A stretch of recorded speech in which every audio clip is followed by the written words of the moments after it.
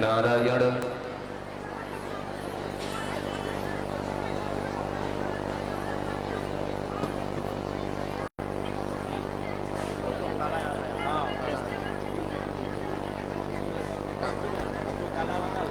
नारायण। बोलिए श्री लक्ष्मी नारायण भगवान की, श्री यज्ञ नारायण भगवान की, श्री गुरुदेव भगवान की।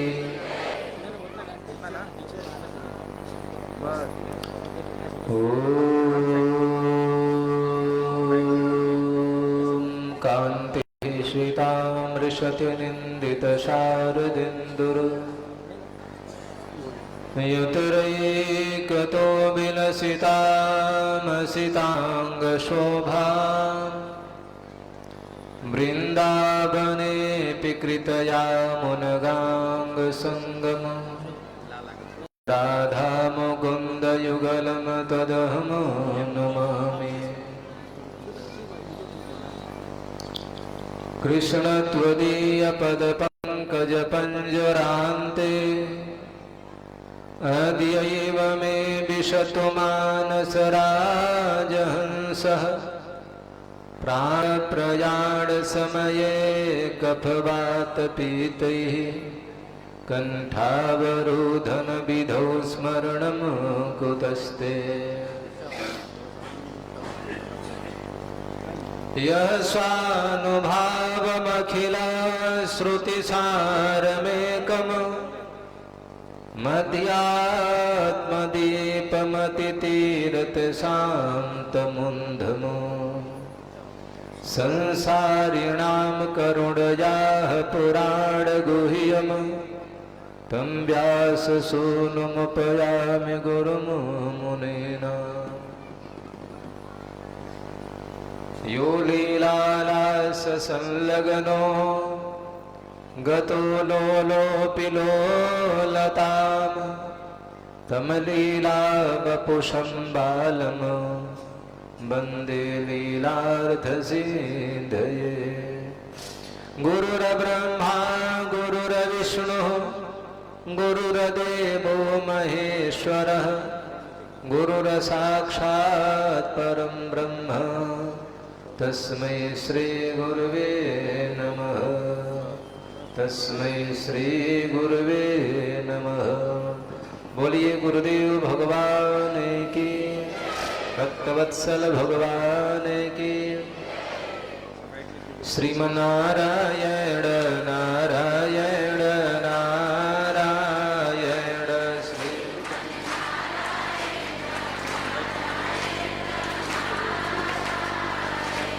लक्ष्मी नारायण नारायण नारायण लक्ष्मी नारायण श्री हरि नारायण नारायण नारायण श्री हरि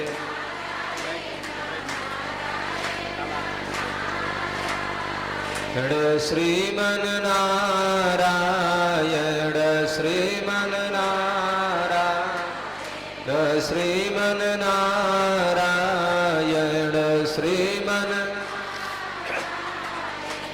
श्रीमन्नारायण नारायण नारायण श्रीमन्नारायण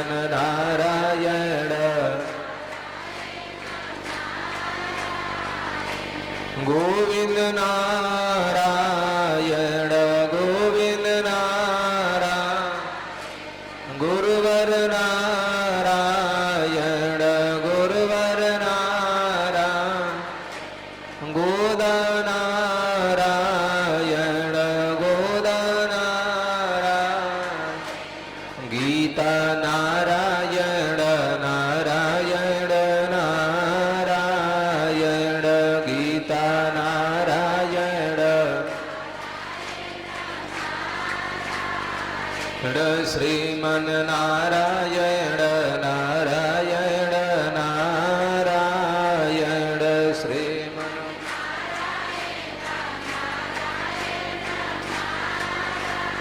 बोलिए श्रीमन्नारायण भगवान की।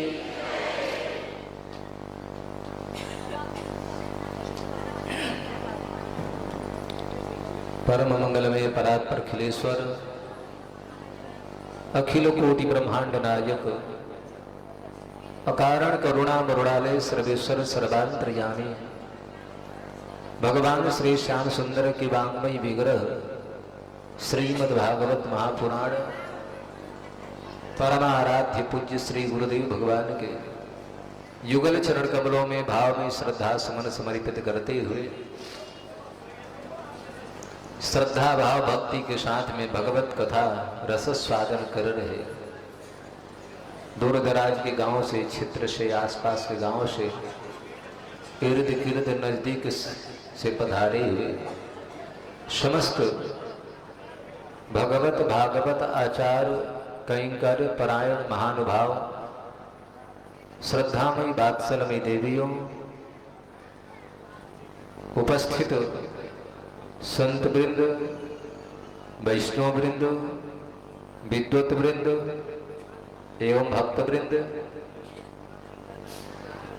मंच पर बैठे श्रद्धेय संत श्री विजय राघव स्वामी जी महाराज, यज्ञानुष्ठान में लगे हुए, वो चाहे यहाँ पर रहकर लगे हों या बाहर से, ऐसे समस्त यज्ञ व्यवस्थापक बंधु वृंद, हम सबके यहाँ आए हुए यज्ञ में लगे पूर्व विधायक श्री सत्यनारायण जी, जो डेहरी के रहने वाले हैं, पूर्व विधायक बीजेपी से, प्रदेश अध्यक्ष प्यारे लाल ओझा जी आदि आदि, हरे राम जी, मुखिया जी, प्रिंस जी, आसू जी, ऋषि जी, प्रमुख साहब नंद कुमार सिंह आदि आदि समस्त सेवक वृंद, ये चल रहा कथा प्रवचन के माध्यम से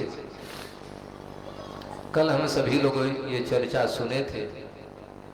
श्री ध्रुव जी महाराज जो है 5 वर्ष की अवस्था में जो है माता पिता को परित्याग करके सुरुचिया दुर्वचनो बाण, सुरुचि के दुर्वचन से कुवाच्य से आघात जो है ध्रुव जी महाराज ने सब कुछ परित्याग करके भगवत शरण में गए और देवर्षि नारद जी महाराज का मंत्र साधक मंत्र सफल हुआ।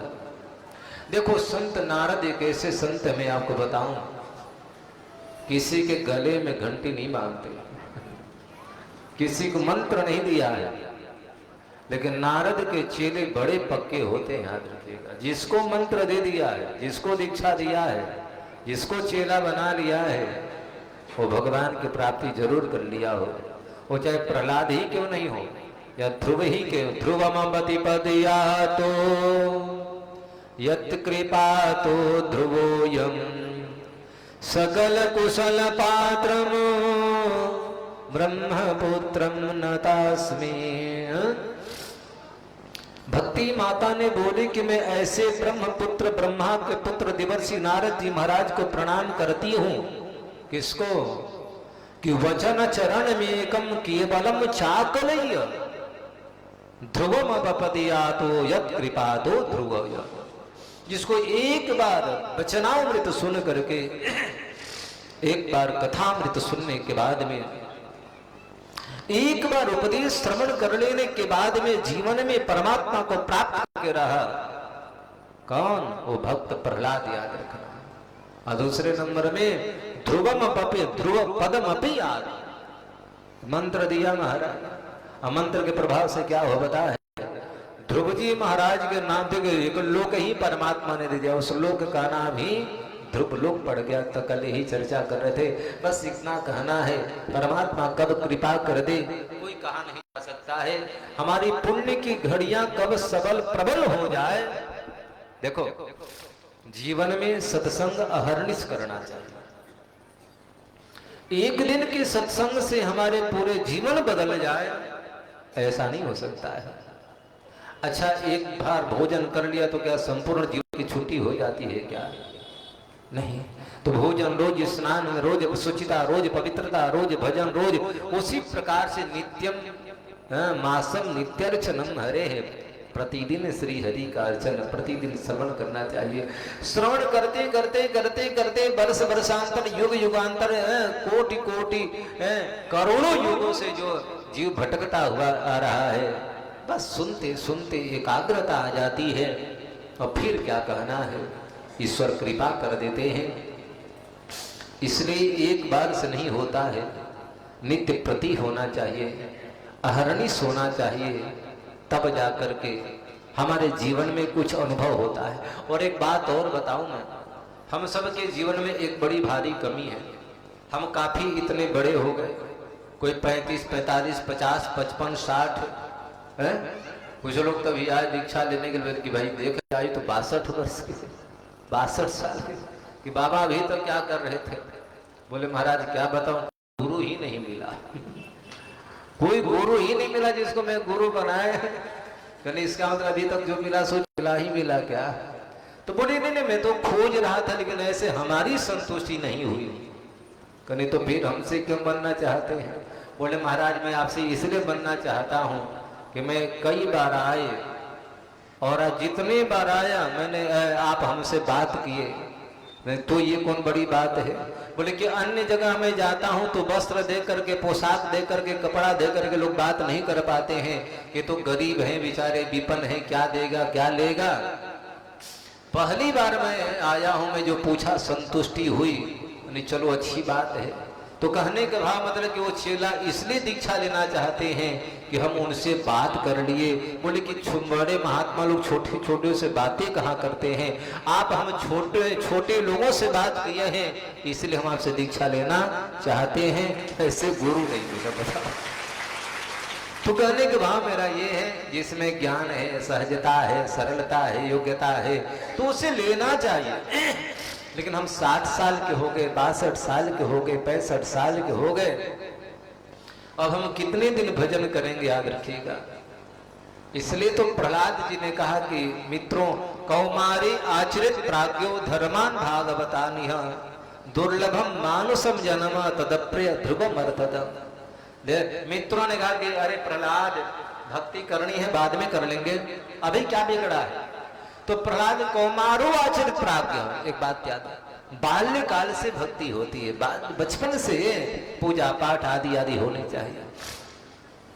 अब एक बात, कोई विकसित फूल हो, खिले हुए पुष्प हो, और खिले हुए पुष्प जो है यदि आप अपने इष्ट पर चढ़ाएंगे, मित्र को देंगे, किसी को देंगे, बड़ी प्रसन्नता होगी, किसी को गिफ्ट में दें।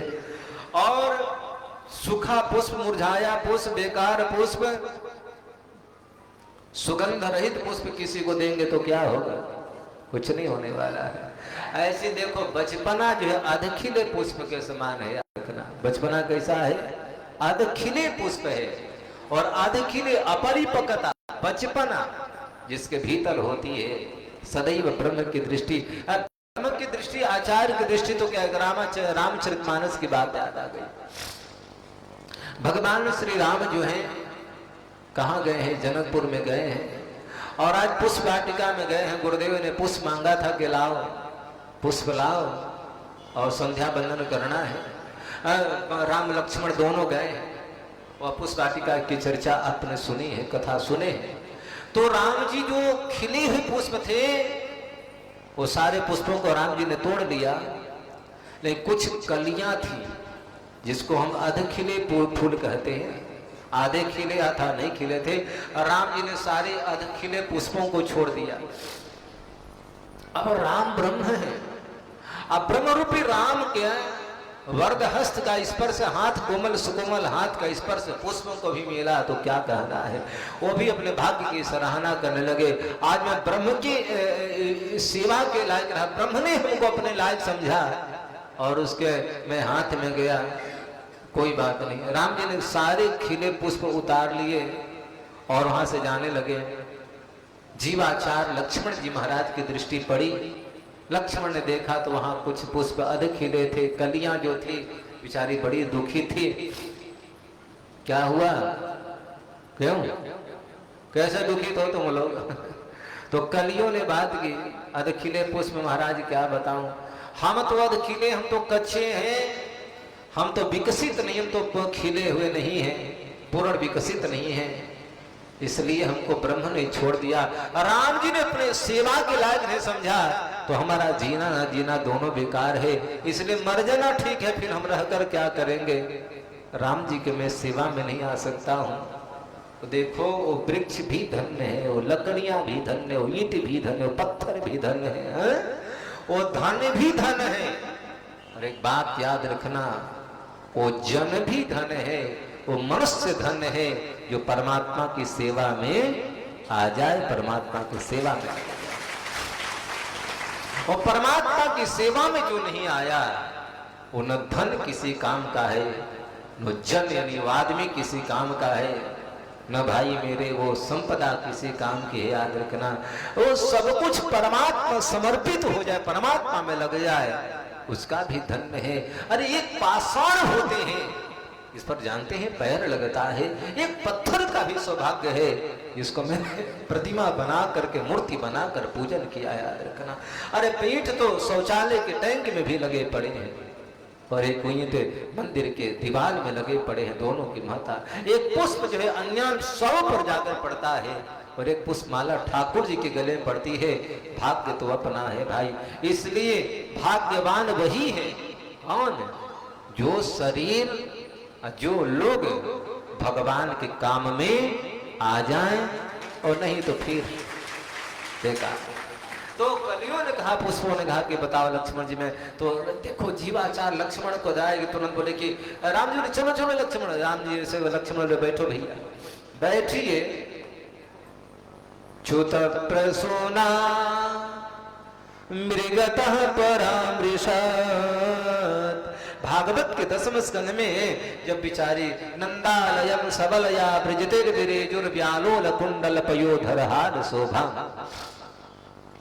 जब गोपियां नंद महल में जाती हैं और बड़ी श्रृंगार की है, केवड़े आदि के पुष्पों को बना करके, गजरा बना करके, माला बना करके जूड़ों में अपने केसों में लपेटी थी, और जाती हुई गोपियों के सुगाचार्य महाराज लिखे परीक्षित च्युत प्रसूना,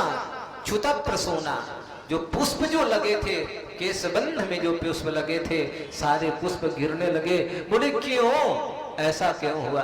मानो पुष्पों ने कहा कि अरे गोपियों, मैं तुम्हारे सिर पर रहने के योग्य नहीं हूं। जो गोपियां स्वयं से चल करके अखिल कोटि ब्रह्मांड नायक परमात्मा ब्रह्म भगवान नारायण के दर्शन करने जा रही है, ऐसी गोपियों की मैं मस्तक पर रहने के योग्य नहीं हूं।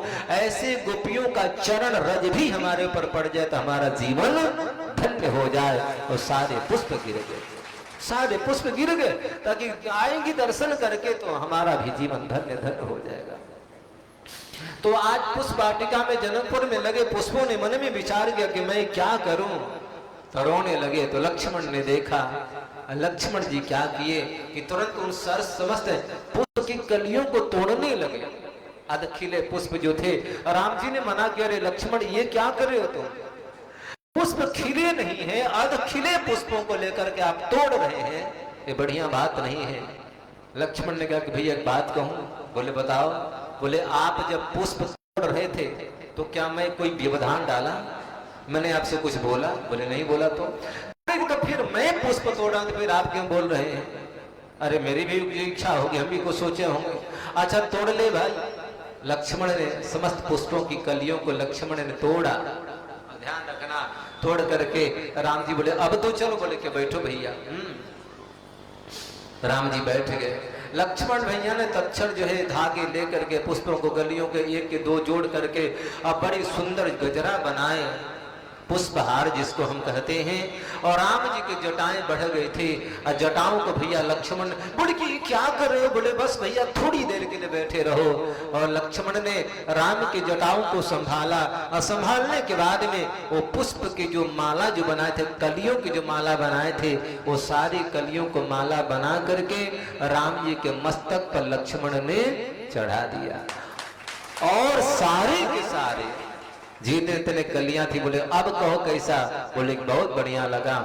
यानी ये समझो जो खिले पुष्प हैं, जो विकसित पुष्प हैं, वो भगवान के कौन है, ज्ञानी भक्त होते हैं, जिनको ज्ञान है, विकसित है, खिले हुए। अनुभव है, लेकिन जो अपरिपक्व है, जो खिले नहीं है, ना समझ है, लेकिन है भक्त प्रेमी है, तो दोनों की बात है। जो ज्ञानी होता है परमात्मा उसको तो अपने वरद हस्त तक रखता है, हाथ तक रखता है, लेकिन जो भगवान के प्रेमी है लेकिन अनपढ़ है, गंवार है, ना समझ है, बेचारा पढ़ा लिखा नहीं है, ऐसे भक्तों को तो भगवान अपने मस्तक पर धारण करके रखते हैं। बस ये बात है कि यहाँ जो हमारी समर्पणता होनी चाहिए, यहाँ हमारी जो है निष्ठा में कोई कमी नहीं होनी चाहिए। तो बचपना जानते हैं अधखिले पुष्प के समान है। बचपना में जितनी साधना से परमात्मा प्रसन्न होते हैं, अरे जरा विचार करो, बूढ़े हो गए, अब क्या करेंगे? बूढ़े हो गए बोले कि राम राम कहो, नारायण कहो तो नारायण कहने तो और ही कुछ निकल, राम राम कहो तो और ही कुछ निकल गया। मुख में बत्ती सी है नहीं, बोले राम, बोले आम, राम की जगह आम आएगा। इसलिए बुढ़ापा तो भैया अब क्या बताऊं, तो कौमारी आचरण प्राज्ञो धर्मान भागवता। मित्रों से प्रहलाद ने कहा कि मित्र, बचपना से कुमार अवस्था से भगवान की भक्ति करो। तो वही जो है ध्रुव जी महाराज आए और सतत प्रयास किया, जाप किया, मंत्र का जाप किया। मंत्र जाप मम दृढ़ विश्वास, पंचम भजन सो वेद प्रकाशा। देखो बड़ी श्रद्धा की एक बात और है समझने, गुरु ने जो मंत्र दिया है, आचार्य ने जो मंत्र दिया है, उसको पूर्ण विश्वास से जपना चाहिए। एक में सोचे कि छोटा मंत्र है कि बड़ा मंत्र है, और ये मंत्र है, जिस मंत्र में मेरी आस्था है, श्रद्धा है, निष्ठा है, भाव है, वही भाव जो है हमारी मनोकामनाओं को पूर्ण करता है। और भाव का अभाव जहां पर हो जाता है, भाव की जहां कमी हो जाती है, वही परमात्मा दूर हो जाता है। याद रखना, भगवान कहाँ है, भगवान कैसे मिलेंगे?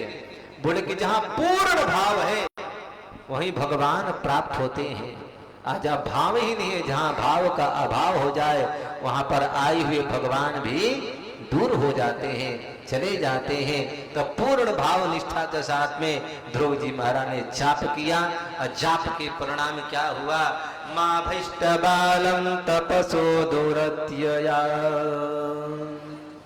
निवृत्त से प्रतिया स्वधाम, यतो ही वह प्राण निरोधयासे दौतान पादिर्मयि संगतात्मा। भगवान नारायण ने कहा कि देवताओं तुम लोग भयभीत मत हो। आज ध्रुव जी जब तपस्या कर रहे थे तो इंद्रादि देवी देवता सोचे ऐसा तो नहीं तपस्या करके हमारा राज्य सिंहासन ले ले बेचारा। तो देवताओं ने बाधा पहुंचाने का प्रयास किया था, लेकिन ध्रुव जी महाराज भयभीत नहीं हुए। ध्रुव ने नेत्र ही बंद कर लिया। अब सामने कौन आ रहा है, कौन जा रहा है, अरे सामने वाला दिखाई देगा तब तो मैं भयभीत होऊंगा। तो वहां पर कितने भयावह, कितने डराने वाले सब आए ध्रुव को भड़काने के लिए, डराने के लिए। ध्रुव जी विचलित नहीं हुए। आज तपस्या साधना संपन्न हुई। देखो हम लोग भी कोई विशेष अनुष्ठान आप लोग जब करते हैं तो उसमें कोई ना कोई अनिष्ट हो जाता है, कोई ना कोई परेशानी आ जाती है। तो उसमें परमात्मा से प्रार्थना करो, हे प्रभु ये 7 दिन, ये हमारे 5 दिन, या जब तक हमारे यहाँ यज्ञ होने वाला है, आपसे प्रार्थना यही है कि हे नाथ किसी प्रकार से ये यज्ञ जब तक हो रहा है कहीं हम सेवा से वंचित न रह जाएं, किसी प्रकार के विघ्न न आ जाए, ये प्रयास करना। ऐसा नहीं कि पैसा होने के बाद यजमान बन ही जाएगा, क्या पता कल कोई मर गया तो सूतक लग जाएगा, कुछ भी हो सकता है। तो परमात्मा से अहरनिश प्रार्थना करो, तब जाकर के हम सफल हो पाते हैं, ईश्वरीय कृपा हो पाती है। तो भगवान बोले कि चिंता मत करो, यतो ही वह प्राण निरोधयासे दौतान पादिर्मयि संगतात्मा। संगतात्मा। हे देवताओं, मेरा भक्त ध्रुव जो है अपने प्राण का निरोध कर दिया है, प्राण अवरुद्ध कर दिया है, श्वसन बंद कर दिया है, श्वास लेना बंद कर दिया। बोले कौन है? औतान पादिरमयी संगतात्मा। औतान पाद जी महाराज का जो पुत्र है जिसका नाम ध्रुव है, इस प्रकार से आप लोग चिंता न करें। तो देवताओं ने कहा कि प्रभु आप जाओ, जाकर के ध्रुव जी महाराज को दर्शन दीजिए। मैत्री जी बोले कि भगवान को अच्छा नहीं लगा। अच्छा देखो, भगवान भी सोचे देखो दर्शन देने के लिए कह रहा है ना, अरे इतना छोटा सा बच्चा सृष्टि के पहली बार हमको प्रसन्न किया है, याद रखना। बड़े बूढ़ों ने तो अपने जीवन में हमको प्राप्त किया है, लेकिन छोटे से बच्चे ने पहली बार मुझ वासुदेव को प्रसन्न किया है। अरे हमें दर्शन देंगे क्या? मैं स्वतः उसका दर्शन करने जा रहा हूँ। असहस्र शीर्षा सिततो गुरात्मा मधुर वनम भृत्य दिदीक्षयागतः। भगवान जी ने गरुड़ जी को आदेश दिया और गरुड़ जी महाराज बैठ करके भगवान नारायण चले। ऊर्ध्वं च नारायण अधश्च नारायण दिशश्च नारायण, ऐसे मंत्रोच्चारण करते हैं गरुड़ जी महाराज उड़े जा रहे हैं। और ध्रुव जी महाराज वासुदेव द्वादशाक्षर मंत्र का जप करते जा रहे हैं। समैधियां योग विपाक त्रिवया हृत्पद्म को स्फुरित तडिप्रभम तिरोहितं सहसैवोपलक्ष्ये बहिस्थितं तदवस्थं ददर्शः। सवैधिया योग विपाक हृत्पद्म के सह। भगवान नारायण विद्युत के समान जो है, बिजली के चमक तो आप देखे होंगे, बिजली जब चमकती है ऐसे विद्युत समान जो है, नीलमणि के समान जो है हृत्पद्म कोशे भगवान अंतर हृदय में चतुर्भुज रूप नारायण में दर्शन करो। बोलो नारायण भगवान की। एक बात याद रखें, शास्त्रकार कहते हैं नारायण जिन नाम लिया तिन औरों को नाम लिया न लिया। अमृत पान किया घट भीतर गंगा जल भी पिया न पिया। एक बात याद रखना कि मैं किसी देवी देवता का विरोध नहीं कर रहा हूं, लेकिन जीवन में जिस व्यक्ति ने एक ब्रह्म को पकड़ लिया, केवल भगवान नारायण का नाम ले लिया, नारायण मंत्र का जाप करता है, नारायण के पूजन करता है, नारायण का स्मरण करता है, और किसी का नाम ले चाहे न ले, उसके जीवन के सारे मनोरथ सिद्ध हो जाते हैं। अंत हृदय में, घट में, भीतर में जिन परमात्मा का दर्शन कर लिया है, ईश्वर का दर्शन कर लिया है, फिर क्या मतलब है बद्री नारायण जाने से और फिर केदार धाम जाने से? इसलिए फिर आवश्यकता है जब अंदर में दर्शन। एक बात याद रखना, हम तो बाहर इसलिए दर्शन करते हैं ताकि भीतर वाले का अनुभव होने लगे। विप्र रूप धरि कपित गया। भगवान श्री राम बेचारे आए हैं वनवास में, और यहाँ हरि निश्चर वेदे ही लगे। सुग्रीव ने देखा था कि बाप रे बाप, बड़े बड़े दो महाबली जो है धनुष बाण लिए हुए चले आ रहे हैं। सुग्रीव के मन में शंका हो गई, कहीं तो ऐसा नहीं कि बाली ने फिर यहाँ किसी को भेजा है। और देखो हनुमान, तुम जाओ, जाकर देखो, बाली ने तो किसी को नहीं भेजा है। यदि बाली ने भेजा है हमको मारने के लिए तो भागो तुरत तजय शैला। यदि बाली ने भेजा है तो इस पर्वत को छोड़कर भाग जाऊंगा। हनुमान जी महाराज, तुम देखो कौन आ रहा है। हनुमान जी महाराज वहां पर आए थे, आकर के श्री राम चरणों में हनुमान जी ने प्रणाम किया, ब्राह्मण वेश में आए। अब पूछा, कठिन भूमि कोमल पदगामी कवन हेत विचरहु तुम स्वामी है। आप कौन है? आप ब्रह्मा विष्णु महेश है, सिद्ध है। कौन है महाराज? कोई राजकुमार देखने में लगते हैं, आप अपना परिचय दीजिए, कौन है? तो भगवान राम ने कहा, कौशलेश दशरथ के जाए हम पितु बचन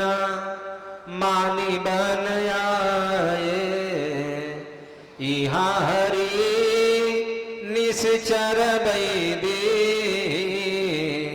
यहाँ हरि निश्चर दे बेप्र फिर हम खोजत ते। भगवान राम ने कहा कि मैं अयोध्यावासी राजा दशरथ जी महाराज के पुत्र है, मेरा नाम लक्ष्मण है, ये मेरा अनुज है, मेरा नाम राम है, मेरा अनुज है, इसका नाम लक्ष्मण है। अब मेरी साथ में मेरी भार्या महारानी सीता थी, लेकिन सीता का हरण कर लिया। किसने हरण किया? यहाँ हरि निश्चर वैदेही, वैदेही का निशाचरों ने हरण कर लिया। हे विप्रदेव महाराज, हम उनके ढूंढने में, उनके तलाशी में यहाँ तक आया हूं। और जब ये बात कहे तो प्रभु पहचाने प्रयोग ही चरण। हनुमान जी महाराज जान गए। हनुमान जी ने भीतर देखा, क्या ये वही है क्या? कौन से जो हमारे हृदय में जिनका चिंतन किया करता हूँ, क्या वही राम है? सिर झुका कर देखा तो वही भगवान धनुष बाण लिए हुए जो अंतर हृदय में राम जी के, हनुमान जी के रहा करते हैं, और वही भगवान राम जी बाहर में खड़े हैं। हनुमान जी महाराज ने साष्टांग प्रणाम किया। याद रखना, तो कहने के भाव है कि भैया देखो, एक राम दशरथ के बेटा, एक राम जगत से न्यारा, एक नाम जगत पसारा, चर्चा जब आती है लोग पूछते किस राम की बात करते हो? वही राम जो है, जो खटखट वासी है, वही राम जो है जगत से न्यारा है, और वही जो राम जगत को पसारा है। बोले कौन? दशरथ नंदन राम, जिसके विषय में कहा कि रामो विग्रहवान धर्म। वही दशरथ नंदन राम जो है जगत से न्यारा है, जगत से पसारा है, और वही राम जी जो है योगियों के या फिर हमारे आपके हृदय में रहने वाले हैं। इस प्रकार से हनुमान जी महाराज ने प्रणाम किया।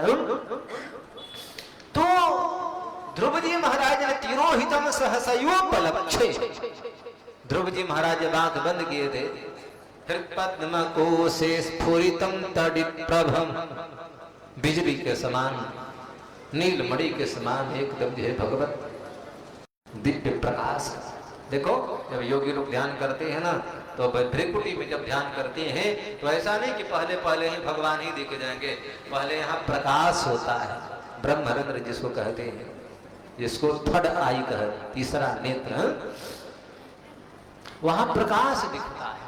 और जब प्रकाश जो है नीला पीला और रंग बिरंगे जब निकलने लगेगा, और तब जब ध्यान लगेंगे तो उसी रोशनी, वही प्रकाश के भीतर में हमारे आराध्य का, हमारे इष्ट का दर्शन होता है। और ध्रुव जी महाराज दर्शन करे थे कि भगवान भी सोचे कि मैं कब तक खड़े रहूंगा, तो तिरोहितम सहसयो लक्ष्य, भगवान ने अपने स्वरूप को तिरोहित किया और बाहर खींच लिया। जैसे बहि स्थितम तद वस्तुम तदर्श, और जब बाहर भगवान रूप अंतर्हित कर लिए, तिरोहित कर लिए, तब ध्रुव जी महाराज घबरा गए। मोनिय कुलाये उठा तब कैसे, विकलहीन मनी फणिवर जैसे। अब कैसे मुनि उठे? बोले कि जैसे मणिधर सर्प को मणि से अलग कर दिया जाए, अब बेचारा मणिधर सर्प जो है व्याकुल हो जाता है, उसी प्रकार से भगवान ने जैसे अपने स्वरूप को तिरोहित किया। ध्रुव जी महाराज घबरा करके और आंख खोले, जैसे आंख खोले महाराज तो क्या देखे, तो वहां पर भगवान नारायण खड़े हैं। बोलो नारायण भगवान की। सशंख चक्रम सकिरीट कुंडलम सपीत वस्त्रम सरसीरुभिक्षणम सहार वक्षस्थल कौस्तुभश्रियम नमामि विष्णुम शिरसा चतुर्भुजम। चार भुजा में भगवान खड़े हैं। अब एक बात कहूं, उस आनंद का वर्णन कौन कर सकता है? वो तो आनंद का अनुभूति ध्रुव जी ही करते होंगे, लेकिन इतना जरूर है कि ध्रुव खड़े हैं, हाथ जोड़े हैं भगवान के सामने, भगवान मन मन मुस्कुरा रहे हैं। भगवान की मुस्कुराहट को देख करके ध्रुव जी महाराज भी मुस्कुरा रहे हैं, और उनको देख करके श्री शुकाचार्य महाराज समाधिस्थ होकर कथा सुना रहे थे, नेत्र बंद करके। ब्रह्म मुस्कुरा रहे थे, ब्रह्म की मुस्कुराहट को देख करके भगवान शुकाचार्य महाराज मुस्कुराने लगे। शुक्राचार्य को मुस्कुराते हुए देख करके सभा में बैठे परीक्षित महाराज भी मुस्कुराने लगे। परीक्षित को मुस्कुराते हुए देख करके सभा में जितने महर्षि आदि संत महात्मा थे सब मुस्कुराने लगे। अब वो तो मुस्कुराए, जितने श्रोता समाज आदि थे सब मुस्कुराने लगे। सभी तो मुस्कुरा, देवता भी हंसने लगे। बोलो भक्तवत्सल भगवान की। किसी ने पूछा, भैया ध्रुव आपने क्यों मुस्कुराया? ध्रुव से पूछा। ध्रुव जी बोले कि मेरे ठाकुर मुस्कुरा रहे थे, भगवान मुस्कुरा रहे थे, मैंने भी मुस्कुराने लगा। अरे देखो, दुखित व्यक्ति को देखकर हम दुखित हो जाते हैं। कोई खिलखिलाता है, वो हंसता हुआ आनंदित व्यक्ति आ जाता है, हमको भी आनंद आ जाता है। भगवान मुस्कुराया, खोला तो ठाकुर मुस्कुरा रहे थे, मैं भी मुस्कुराने लगा। बोले अच्छा। किसी भगवान से पूछा कि आप क्यों मुस्कुरा रहे थे? भगवान बोले कि मैं तो इसलिए मुस्कुरा रहे थे, देखो तो कितना छोटा सा बालक राम राम राम एकदम कॉपिन पहने हुए, कितना बेचारा निष्कपट है, कितना निर्मोही, कितना प्रेमी, कितने भावुक है, निश्चल है। मैं इसकी भक्ति को मैं सराहना करते हैं, भाव को देखकर मैं मुस्कुरा पड़ा। बोले अच्छा, इसलिए हाँ। बोले किसी में सहजता को देख करके, सजनता को मैं, अच्छा इतने देर कोई टाइम लगाता है क्या? अच्छा ठीक है भाई, आप तो इनको देखकर मुस्कुराइए, आपको देखकर मुस्कुरा दिए। देवताओं से किसी ने पूछा, श्रीमान आप क्यों हंस रहे थे? देवताओं ने कहा कि राम राम, ये ध्रुव जो ने मूर्ख है तो बच्चा, बच्चा बुद्धि कितना है। बोले क्यों? बोले कि ये शुभ अवसर, ये सुंदर मौका हम देवताओं को मिल जाए तो लिस्ट पहले से बना कर रखते हैं। लिस्ट? बोले कौन सा लिस्ट है? अब हमारे जीवन में कोई इच्छाएं रह ही नहीं जाती। जितनी भी कामना इच्छाएं थी सब कुछ हम मांग लेते, लेकिन बताओ भगवान कितनी देर से कहीं भी खड़ा है, मुस्कुरा रहा है। अरे मांगना चाहिए तत्क्षण। तो देवता स्वार्थी होते हैं। आए देव सदा स्वार्थी, देवता स्वार्थी होते ही है। अच्छा, तो किसी ने सुखदेव जी से बोला कि आप क्यों मुस्कुराए भाई?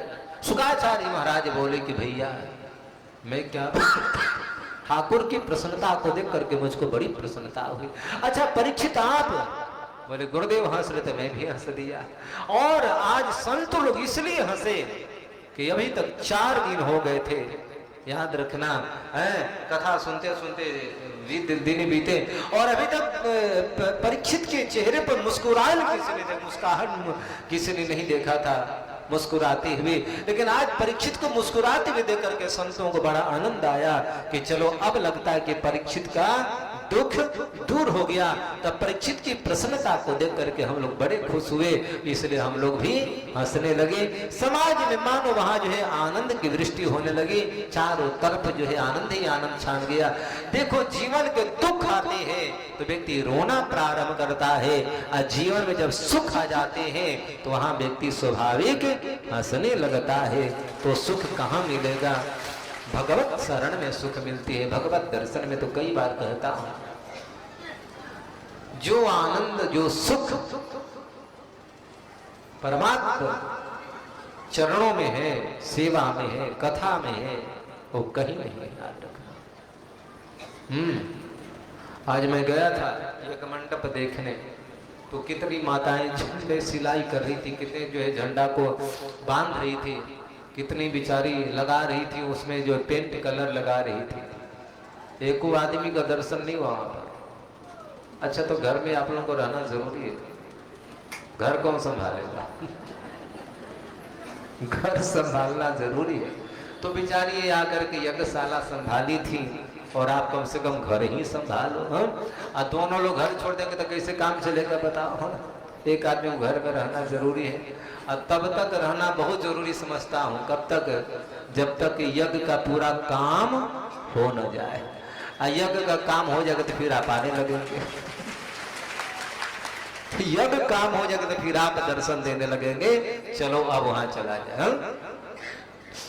हम इसलिए प्रसन्न कि आज देखिए गीत गाते हुए भजन गाते हुए ये सेवा करी थी, याद रखना। हाँ, कहा हम तो घर में मिल नहीं पाते, नंदरानी जेठानी सास बहुएं और यहाँ कई गांव की माताएं आकर के एकजुट होकर के एक साथ में होकर के गीत गाना, भजन गाना, सेवा करना। भला बताओ 5 तारीख के बाद फिर ये मौका मिलने वाला है क्या? नहीं मिल सकता है। इसलिए पूरा पूरा लाभ जो हम सबको लेना है, यही जीवन का आनंद है, याद रखना। हम तो कई बार कहते हैं कि यज्ञ कराने का भाव ही मेरा यही है, समत्व की भावना हो, बंधुत्व की भावना हो, याद रखना, प्रेमत्व की भावना हो, भाईचारे से हम रहे, याद रखना। हम नहीं बोल पाते, प्रतिस्पर्धा है, प्रतिद्वंदिता है, लेकिन हम सारे लोग मिल करके एक जगह बैठ करके एक समिति में, कमेटी में, एक यज्ञ के अंग बन करके हम उसकी पूरा करें, व्यवस्था करें, यही जीवन का आनंद है। एक बात याद रखना, संघर्ष करते रहना, लड़ते रहना, झगड़ते रहना, मर जाओगे, कुछ नहीं होने वाला है, याद रखना। इसलिए जीवन मिला है तो मस्ती से रहो, मस्ती से खाओ, मस्ती से करते रहो, तो जीवन के आनंद है। इसलिए जीवन में देखो, दुख आए या सुख आए, दुख भी आपको काटना है, सुख भी आपको काटना है। ये सूत्र है जीवन में, दुख में भी मुस्कुरा कर काटो और जीवन के सुख है तो भी मुस्कुरा कर काटना है। महाराज जो है आज आनंद ले रहे हैं। भगवान बोले कि बताओ ध्रुव क्या मांगू? ध्रुव जी महाराज बोले कि प्रभु क्या देंगे? बस प्रभु मैं अब यहाँ रहना नहीं चाहता हूँ। हम देखो, भगवत दर्शन के बाद बस इच्छा एक ही होती है। ध्रुव ने कहा कि प्रभु अपना पद दे दीजिए, अपने चरणों में स्थान दे दीजिए, अपना धाम दे दीजिए, मैं आपके साथ रहना चाहता हूँ, साथ में चलना चाहता हूँ। अब प्रभु मैं यहाँ नहीं रहना चाहता हूँ। देखो, हमारी इच्छा तब तक यहाँ की है जब तक हमारा संबंध वहां से नहीं जुड़ा है। हमारा वास्तविक लगाव, अनिष्ठा भाव तब तक हमारा यहाँ पर है जब तक सच्चा लगाव, वहां से संबंध हमारा नहीं बना है। जब सही में संबंध ईश्वर से बन जाएगा, लगाव वहां से बंध जाएगा, तो जगत हमको बिल्कुल बेकार लगने लगेगा। ध्रुव जी महाराज बोले कि अब नहीं प्रभु लेकर चलिए। भगवान ने कहा कि नहीं ध्रुव, 4 प्रकार के मेरे भक्त जो होते हैं, आर्तो जिज्ञासुरर्थार्थी ज्ञानी च भरतर्षभ। 4 प्रकार के जो भक्त होते हैं, उसी में तुम एक भक्त हमारे अर्थार्थी भक्त हो। तुम मेरे पास अर्थ की दृष्टि से आए थे, पैसे से, राज्य की दृष्टि से आए हो, और मेरी आराधना, मेरी साधना कभी विफल नहीं जाती है ध्रुव। तो तुम जो इच्छा को लेकर आए थे, पहले वो इच्छा पूर्ति होगी। अब वो इच्छा तुम्हारी राज्य की इच्छा है, इसलिए मैं तुमको आशीर्वाद देता हूं कि जाओ, अब तुम जो है यहाँ से घर जाओ, तुम्हारे मनोरथ सिद्ध हो गए, और जा करके पिता के राज्य सिंहासन पर बैठना, और 36,000 वर्ष तक, कितना 36,000 वर्ष तो तुम राज्योपभोग करना, राजा बनना। और राजा बनने के बाद में, राज्योपभोग करने के बाद में, तुम अंतिम में मेरे लोक के लिए आना। मैं तुमको एक लोक देता हूं, और उस लोक का नाम ही ध्रुव लोक पड़ेगा। सप्तऋषि भी जिसकी प्रदक्षिणा किया करेंगे, याद रखना। ये भगवान कहे, ध्रुव के नेत्र सजल हो गए, वे कह क्या पाए? कुछ नहीं कायम कर पाए। तब जाके भगवान सोचे कि मैं जब आया हूं तो फिर वाणी को अवरुद्ध रहना अच्छी बात नहीं। वाक वाणी, वाक माने मुख्य में सरस्वती का वास होता है, और मैं सरस्वती भी सोची कैसे कैसे चले। तब जा करके सबई तदैवं प्रतिपादितां गिरम देवीं परिज्ञात परात्म निर्णयः, शवै तदेवं प्रतिपादितां गिरम। भगवान नारायण ने कृतांजलिं ब्रह्म कयेन कंगना पस्पर्श बालम कृपया कपोले। भगवान नारायण ने ध्रुव के गाल में ब्रह्म में शंख को स्पर्श किया, तो उसी समय भागवत गिरम देवी परिज्ञात परात्म निर्णयः, उसी समय वाग्देवी यानी माता सरस्वती आकर के ध्रुव के कंठ में विराजमान हो गई। बोलो सरस्वती माता की। सरस्वती एक बार और आई थी, कहां पर? जब कुंभकर्ण मांगा था,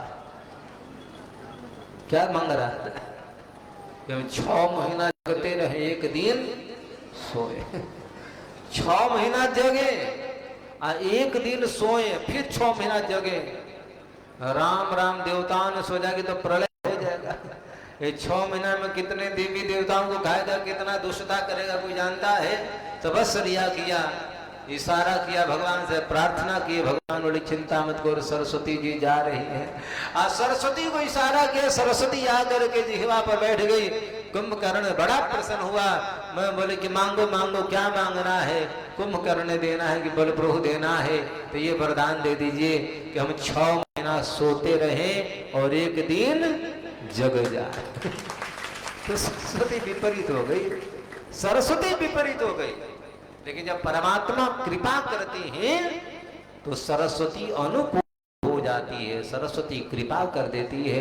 और जब परमात्मा प्रतिकूल होते हैं तो सरस्वती भी प्रतिकूल हो जाती है। और एक बात याद रखना, भगवान अनुकूल है तो सब अनुकूल है, परमात्मा प्रतिकूल हो जाए तो सब प्रतिकूल हो जाते हैं, याद रखना। इसलिए तो कहते हैं कि जा पर कृपा राम की होई, ता पर कृपा करें सब कोई। इसका मतलब याद रखना, जब आपसे कोई निज द्वेष करता है या कोई ऐसा, तो समझो कि राम जी की कृपा नहीं है। और एक बात और है कि पड़ोसी को मनाने के चक्कर में नहीं पड़ना चाहिए। मेरा सारा उम्र ऐसे निकल जाता है, वे 4 घर इधर है, 4 घर इधर है, 4 घर पीछे है, 4 घर आगे साइड में है। और देखो तो अभी तो फलाने जी नाराज है, कल वो जी नाराज होंगे। अब थोड़ी इनकी मनौनी कर लो, चिरौनी कर लो, मैं मनौती करो, कल उन नाराज होंगे तो उनसे भी मनौती करते रहो। ये दुनिया है, कभी कोई नाराज होंगे, कभी कोई खुश होंगे, कभी कोई दुखी होगा, याद रखना। और ये दुखी संसार को, नाराजगी संसार को आप खुश करने में लगेंगे, पूरा जीवन निकल जाएगा। ये दुनिया खुश होने वाली नहीं है। तो क्या करें?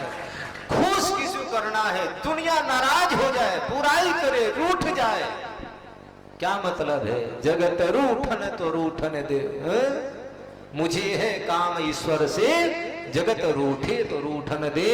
याद रखना, जगत के लोग नाराज हो जाए कोई बात नहीं, और किसी को प्रसन्न करना है, किसी को मनाना है, किसी को चिरौरी करना है, किसी को अनुनय विनय करना है, तो केवल केवल भगवान को करना है, तब हमारा सिद्ध। तो हम आज इनको मनाए, कल किसको किसको मनाया जाएगा। और एक बात याद रखना, जो आपके नहीं है वो कभी नहीं हो सकती। हम लोग तो इतने सारे यज्ञ करते हैं, कभी कभी अनुभव करते हैं, हम लोग ज्यादा प्रयास दूसरे लोगों को ही पद देते हैं, अपने जो है जो सेवा करते हैं उनको नहीं देते हैं। जो व्यक्ति है तो है, उसको पद की आवश्यकता नहीं, जो अपने लोग होते हैं उनको निमंत्रण नहीं दिया जाता है। लेकिन दूसरे को दिया जाए, चलो भैया कम से कम लगत हो जाएगा। लेकिन लाख हम लोगों ने देखा, काफी जो आपको नहीं मानता है, आप लाख उसको कर लें, वो आपका कभी होने वाला नहीं, याद रखना। तो फिर समय बेकार गया, वाणी बेकार गई, सब बेकार गया। तो बस मनाना है, आराधना करना है, खुश करना है, तो केवल केवल जो है भगवान को खुश कर दिया जाए। अब भगवान खुश हो गए तो सारे संसार के लोग खुश हो जाएंगे। बस बोलो गोविंद भगवान की। तो देवी सरस्वती आकर बैठ गई, और सरस्वती माता के बैठते ही ध्रुव जी महाराज बोलने लगे। शास्त्रकार कहते, मूकम करोति वाचालम पंगुम लंघयते गिरिम यत् कृपा तमहं वंदे परमानंद माधव। ये है ठाकुर की कृपा, ये है ईश्वर की कृपा। याद रख, मूकम करोति वाचालम, गरल सुधारी पुकारहि मीताई, गोपद सिंधु अनल शीतलाई। अरे जहर जो है सुधा हो जाता है, अमृत हो जाता है, रिपु शत्रु जो है मित्र हो जाते हैं, और अनल जो है आग जो है शांत हो जाती है, और अथाह भव सागर जो है गोपद सिंधु, वो बछड़े के गौ के गोखुर के बराबर हो जाता है। याद रखना, अनल शीतलाई, ये है ईश्वर की कृपा। तो क्या करें?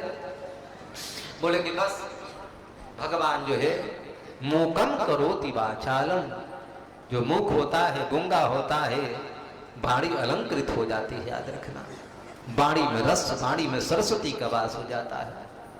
पंगुम लंघयते, और जो लंगड़े हैं वो चलने लगते हैं।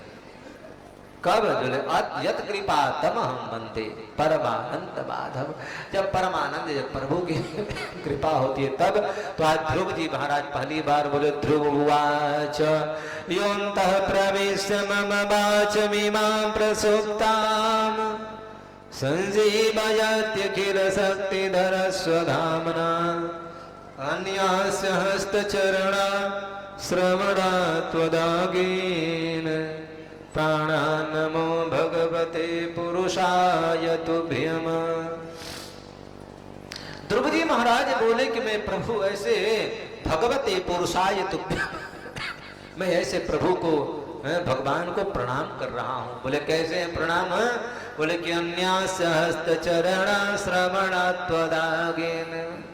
आज ध्रुव को दिखाई दिए, बोले प्रभु आपकी अनंत भुजाएं, अनंत चरणा रविंद है, अनंत जो है श्रोडेन्द्रिया है, अनंत जो है चक्षुएं है। याद रखना प्रभु, और आपको मैं इसलिए प्रणाम कर रहा हूं कि अभी तक मेरी वाचा सोई थी, मेरी वाणी सोई थी प्रभु, लेकिन आपकी कृपा के परिणाम ये हुआ कि हमारी वाणी जागृत हो गई। और प्रभु मेरी वाणी जागृत हुई तो क्या हो गई? आप तो सारे जगत का संचालन करते हैं।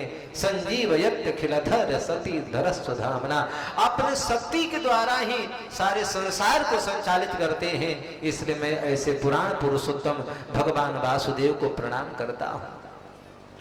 प्रभु आप ही तो इस पूरे संसार में नाना रूपों में विद्यमान है।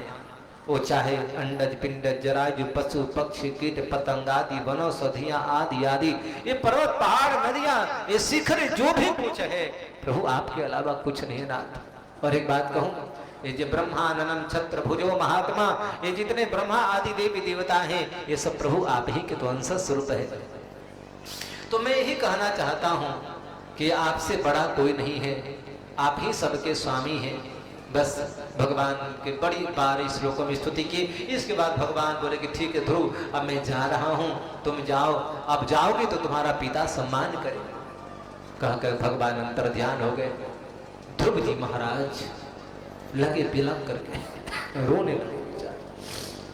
ध्रुव रो रहे, मैं ठग गया, मैं लूट गया, मैं तो पीट गया, बर्बाद हो गया। देवताओं ने मुझे, मेरी मति खराब कर दी, बुद्धि खराब कर दी, हमको लोग छल लिया लोगों ने। हे प्रभु अब मैं क्या करूं? ऐसी ऐसी प्रार्थना राम राम। रोता रोता ध्रुव अब क्या करे?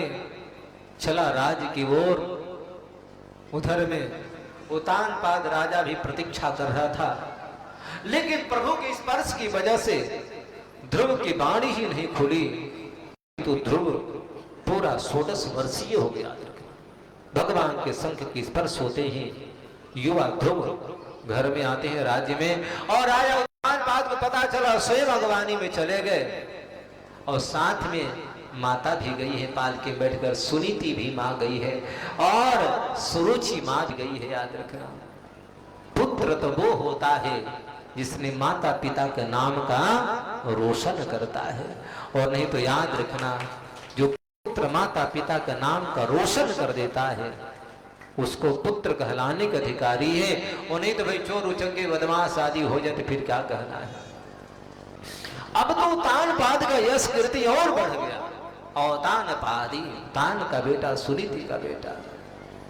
इसलिए सबका धर्म यही है, काम ऐसा करो जो गौरव से सिर ऊपर उठाकर रखो, सिर झुकाकर नहीं रहना चाहिए।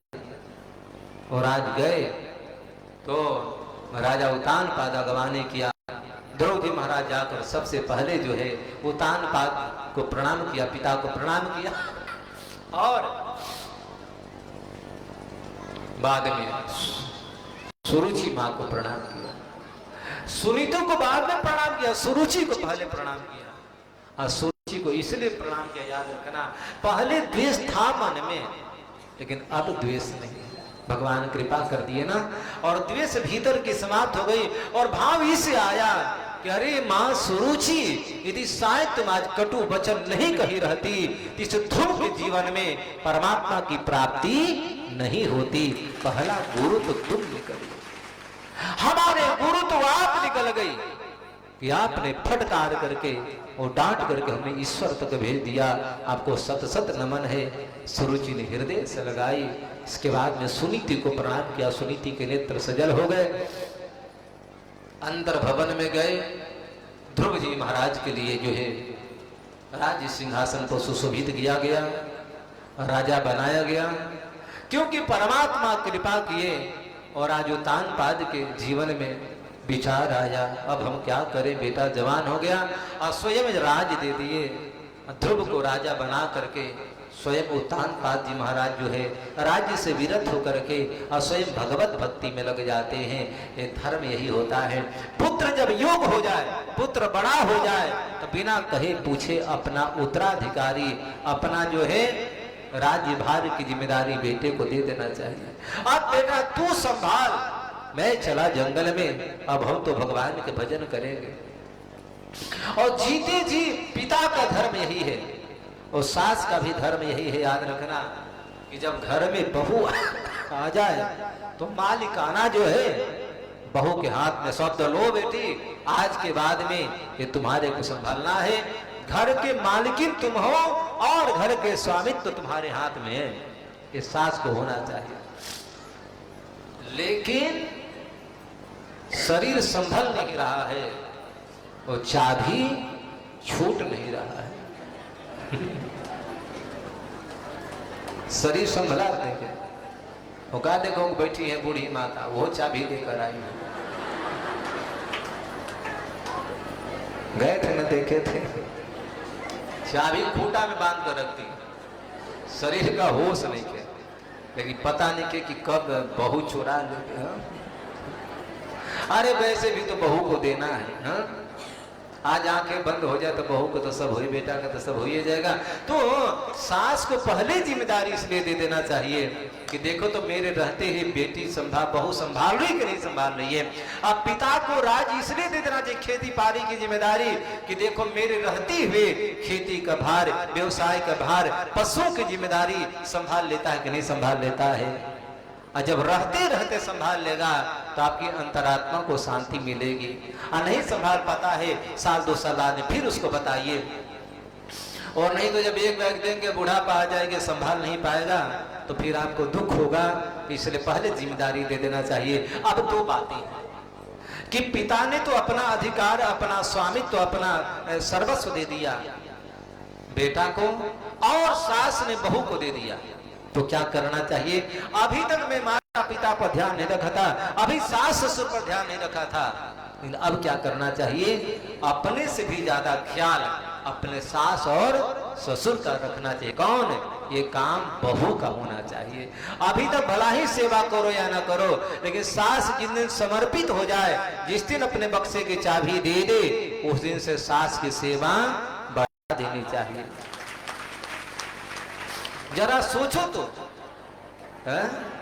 घर में माँ जो होती है कुछ बेटी से चाहती है नहीं, उसी प्रकार से धर्म की माँ होती है। तो दोनों के लिए फायदेमंद है। नहीं तो दोनों जीवन भर चुरा कर रखना। सास बहू से चुरा करके रखेगी और बहू जो है सास से चुरा कर रखेगी, तो घर में तांडव होगा, घर में कलह होगा। तो इस प्रकार से उत्तानपाद राजा ने ध्रुव को राज्य सौंप दिया। एक बात याद रखना, हमारे यहाँ कथा जो है कल्याणकारी ईश्वर प्राप्ति का तो साधन ही है। कथा भगवत प्राप्ति का साधन है, लेकिन कथा का दूसरा स्वरूप ही है लोकाचार, लौकिक व्यवहार क्या होना चाहिए। कोई श्लोक ऐसा नहीं है जिसमें लोकाचार से हटा सकते हैं, लौकिक व्यवहार से हटा सकते हैं। परमार्थिक ज्ञान, पारलौकिक ज्ञान, परमात्म ज्ञान और लौकिक ज्ञान दोनों छुपा पड़ा है। तो कथा दोनों देती है, भगवत ज्ञान तो देती ही देती है, साथ में संसारिक ज्ञान भी देती है, हमको शिक्षा मिलती है। इस प्रकार से जीवन निर्वहन करें, आनंद आएगा। आइए 2 बार प्रभु नाम स्मरण। श्रीमन्नारायण नारायण नारायण,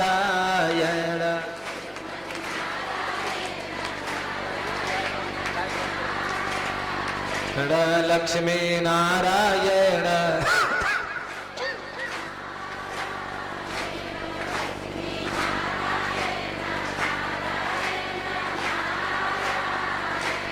श्रीमन नारायण श्रीमन नारायण श्रीमन नारायण श्रीमन नारायण श्रीमन नारायण नारायण नारायण श्रीमन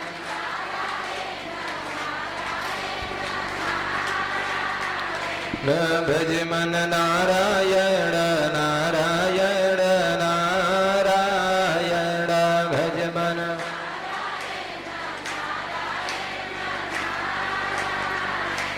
सब में नारायण नारायण नारायण सब में नारायण